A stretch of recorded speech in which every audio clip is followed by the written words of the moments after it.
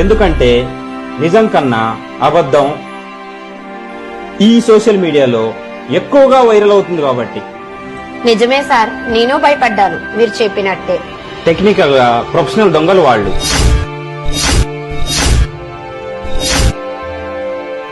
మీ videos ఇన్స్టాలోనో Facebook లోనో YouTube లోనో తీసుకొని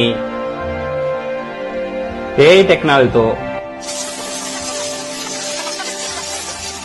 మార్పింగ్ చేసి మన ఫోన్ నెంబర్లు పట్టుకొని ఇదిగో ఇలా బ్లాక్మెయిల్ చేస్తారు. అంతేగాని ఏ సోషల్ మీడియాలో పోస్ట్ చేయరు. ఎందుకంటే వాళ్ళు మిమ్మల్ని భయపెట్టి ఎంతవరకు డబ్బులు లాగుతారో అంతవరకు లాగుతారు.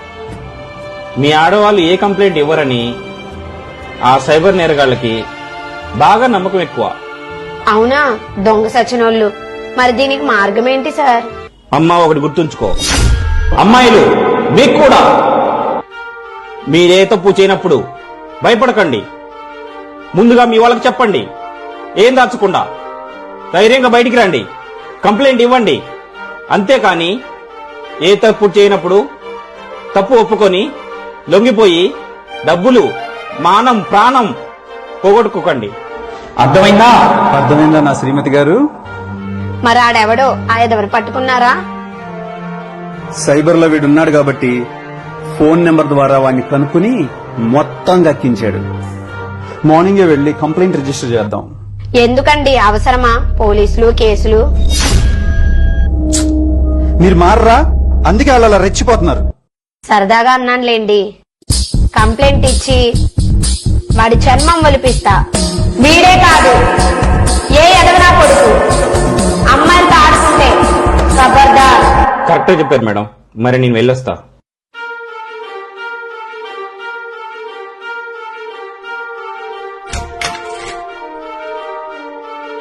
ఓకే, బాయ్ రా. ఓకే బాయ్ రా.